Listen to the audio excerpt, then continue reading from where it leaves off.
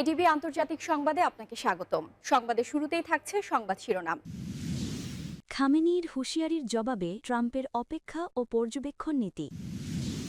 Epstein ফাইলসের dozen খানেক স্পষ্ট নগ্ন ছবি প্রকাশ করেছিল ট্রাম্প প্রশাসন।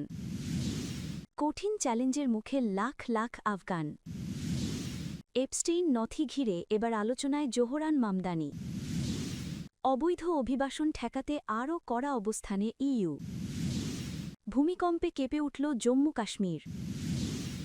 এতক্ষণ শুনছিলেন সংবাদ শিরোনাম, এখন জানাবো বিস্তারিত।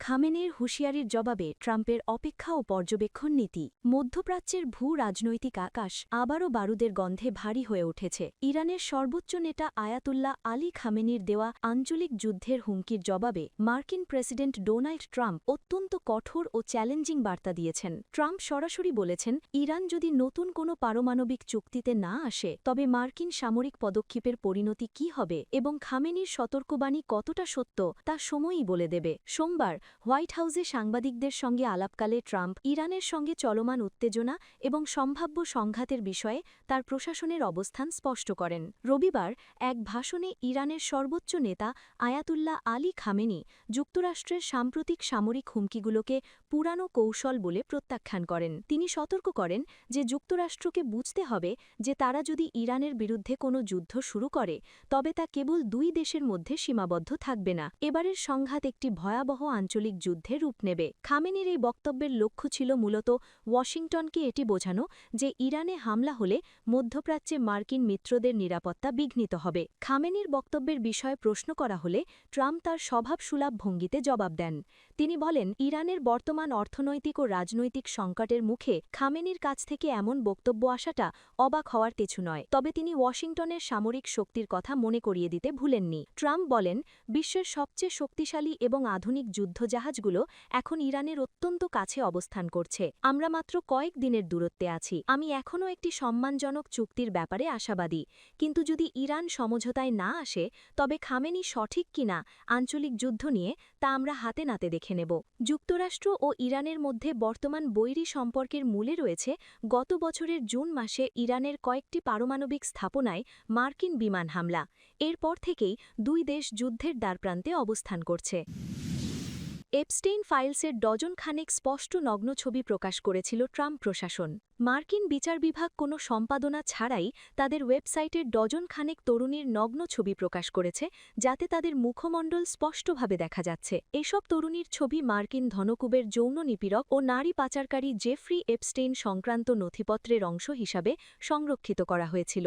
এপস্টেইন ফাইলস প্রকাশের বাধ্যবাধকতার অংশ হিসাবে এসব তরুণীর স্পষ্ট মুখমণ্ডল ছবি সম্পাদনা করে অস্পষ্ট করে দেওয়া বা মুছে দেওয়া ফেডারেল সরকারের দায়িত্ব ছিল, কারণ ছবি এমন স্পষ্টভাবে প্রকাশ করা হয়েছে যাতে ভুক্তভোগীদের পরিচয় শনাক্ত করা যায়। গত শুক্রবার বিচার বিভাগের ওয়েবসাইটে প্রকাশিত ৩ লক্ষেরও বেশি পৃষ্ঠা পর্যালোচনা করতে গিয়ে নিউ ইয়র্ক টাইমস প্রায় ৪০টি স্পষ্ট ছবি খুঁজে পায়। ছবিগুলো একটি ব্যক্তিগত ফটো সংগ্রহ বলে মনে হয়, যেখানে নগ্ন দেহ এবং ছবিতে থাকা ব্যক্তিদের মুখও দেখা যাচ্ছিল।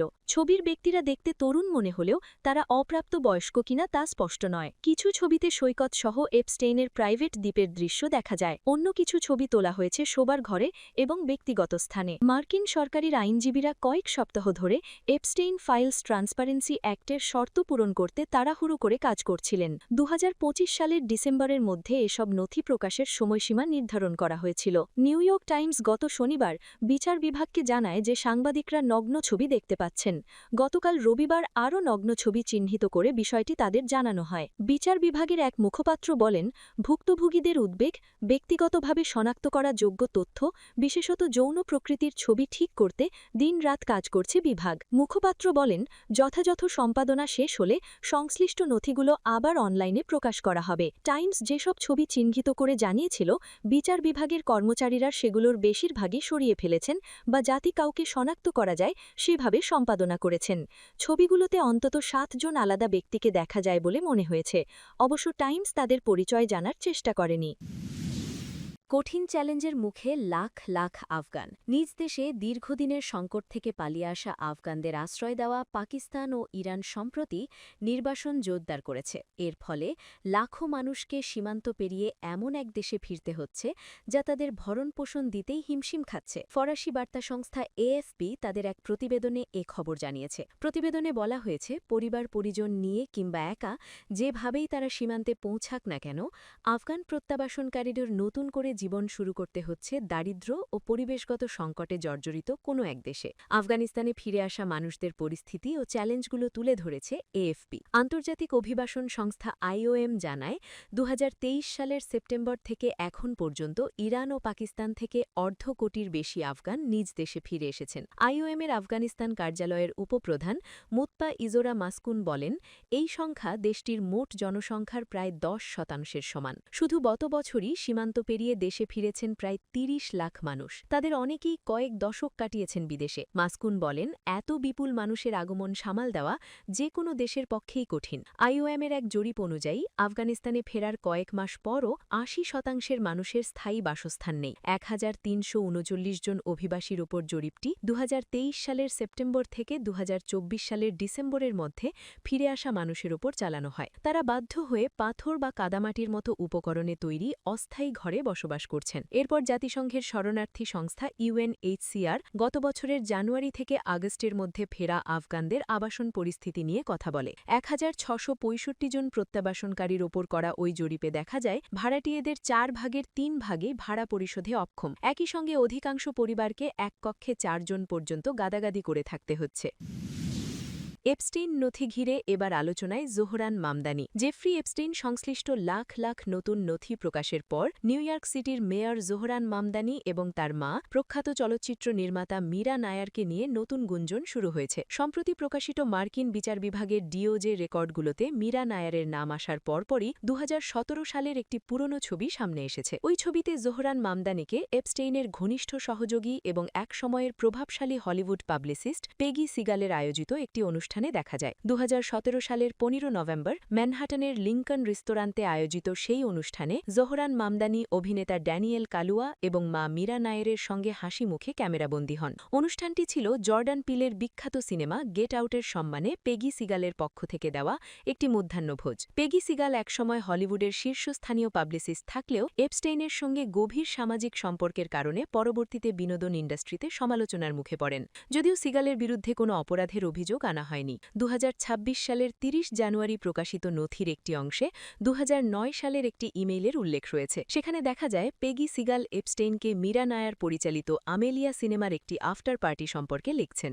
ইমেইল অনুযায়ী সেই অনুষ্ঠানটি হয়েছিল গিজলেন ম্যাক্সওয়েলের ম্যানহাটন টাউন হাউসে এবং সেখানে সাবেক প্রেসিডেন্ট বিল ক্লিন্টন, অ্যামাজন প্রতিষ্ঠাতা জেফ বেজস এবং মীরা নায়ার উপস্থিত ছিলেন। তবে নথিতে শুধুমাত্র উপস্থিতির কথা উল্লেখ করা হয়েছে, তাদের বিরুদ্ধে কোনো অনৈতিক বা অপরাধমূলক কর্মকাণ্ডের অভিযোগ আনা হয়নি।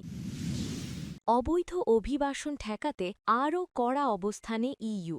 অনিয়মিত পথে ইউরোপের দেশগুলোতে আসা অভিবাসীদের নিজ দেশে ফেরত পাঠানোকেই জরুরি অগ্রাধিকার বলছে ইউরোপীয় কমিশন ইসি। সংস্থাটি বলছে, ইউরোপই সিদ্ধান্ত নেবে কে বা কারা ইউরোপে আসবেন। ইউরোপীয় কমিশন জোটের অভিবাসন নীতি নিয়ে পঞ্চবার্ষিক পরিকল্পনা উপস্থাপন করেছে। এই পরিকল্পনায় অনিয়মিত অভিবাসন মোকাবিলার পাশাপাশি ব্লকের বাইরের দেশগুলোর সঙ্গে ঘনিষ্ঠভাবে কাজ করার প্রতিশ্রুতি দিয়েছে কমিশন। ইউরোপীয় ইউনিয়নের অভিবাসন কমিশনার মাগনুস ব্রুনার বলেন, অগ্রাধিকার স্পষ্ট, অনিয়মিত আগমনের সংখ্যা কমিয়ে আনা এবং তা সীমিত রাখা। তিনি বলেন, অপব্যবহারের কারণ অভিবাসন নিয়ে নেতিবাচক ধারণা তৈরি হয়, যা জনগণের আস্থাকে দুর্বল করে দেয়। শেষ পর্যন্ত আমাদের আশ্রয় দেওয়ার সক্ষমতাকেও কমিয়ে দেয়। একই সঙ্গে দক্ষ জনশক্তিকে আকৃষ্ট করার প্রচেষ্টাকেও ক্ষতিগ্রস্ত করে। অনিয়মিত অভিবাসন নিয়ন্ত্রণে ইইউ এর ওপর রাজনৈতিক চাপ ক্রমাগত বাড়তে থাকার পরিপ্রেক্ষিতে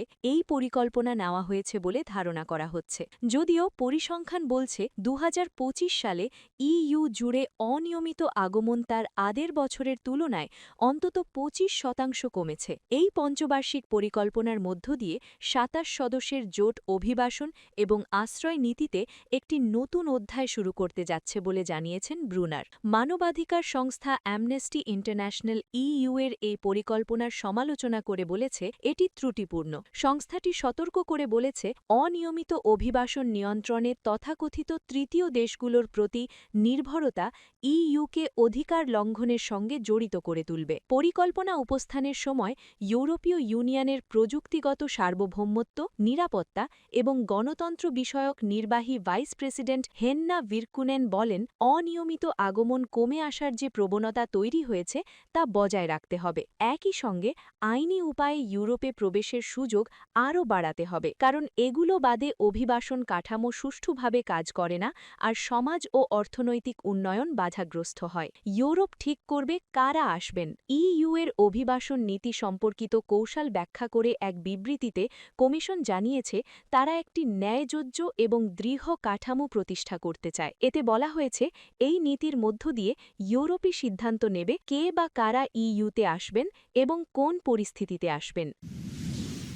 ভূমিকম্পে কেঁপে উঠল জম্মু কাশ্মীর। ভূমিকম্পে কেঁপে উঠল জম্মু কাশ্মীরের বিস্তীর্ণ অঞ্চল। জার্মান রিসার্চ সেন্টার ফর জিও সায়েন্সেসের প্রাথমিক তথ্য অনুযায়ী সোমবার ভোর ৫টা ৩৫ অনুভূত হয় কম্পন। ভূমিকম্পের সময় অধিকাংশ মানুষই ছিলেন গভীর ঘুমে। তবুও কম্পন অনুভূত হতেই আতঙ্কে বাড়ির বাইরে বেরিয়ে আসেন তারা। রিক্টার স্কেলে ভূমিকম্পের মাত্রা ছিল ৪.৮। অন্যদিকে কাছাকাছি সময় মৃদু ভূমিকম্প হয়েছে ভারতের কেন্দ্রশাসিত অঞ্চল আন্দামানেও। ভারতের ভূমিকম্প পর্যবেক্ষণ ও গবেষণা সংস্থা ন্যাশনাল সেন্টার ফর আর্থকুয়েক সার্ভেলেন্সের বরাতে জানা গিয়েছে, জম্মু কাশ্মীরের ভূমিকম্পের কেন্দ্রস্থল ছিল রাজ্যের বুদগাম জেলা। মাটির ১০ কিলোমিটার নিচে ৩৩.৯ উত্তর এবং ৭৪.৭৬ পূর্ব অক্ষাংশে ছিল এর উৎসস্থল বা এপিসেন্টার। ভূমিকম্পের কেন্দ্রস্থল থেকে মাত্র ৪ কিলোমিটার দক্ষিণে চরার-ই-শরীফ, ১৩ কিলোমিটার পূর্বে পুলওয়ামা এবং ২১ কিলোমিটার দূরে অবস্থিত রাজধানী শ্রীনগর। এই সমস্ত অঞ্চলসহ শোপিয়ান ও আশেপাশের অঞ্চলেও কম্পন অনুভূত হয়েছিল। এই ভূমিকম্পের ফলে এখনও কোনো ক্ষয়ক্ষতি বা হতাহতের তথ্য মেলেনি। ন্যাশনাল সেন্টার ফর সিজমোলজির অনুসারে সোমবার সকালে আন্দামান ও নিকোবর দ্বীপপুঞ্জেও আরেকটি ভূমিকম্প অনুভূত হয়েছে। ভোর ৩টে ৩১ কম্পনটি অনুভূত হয়েছিল, যার মাত্রা ছিল রিক্টার স্কেলে ৪.৬। এর কেন্দ্রস্থল বা এপিসেন্টার নিকোবর অঞ্চলের ১০ কিলোমিটার গভীরে ছিল। এই ভূমিকম্পের জেরেও হতাহতে বা ক্ষয়ক্ষতির কোনো তথ্য এখনও পর্যন্ত আসেনি।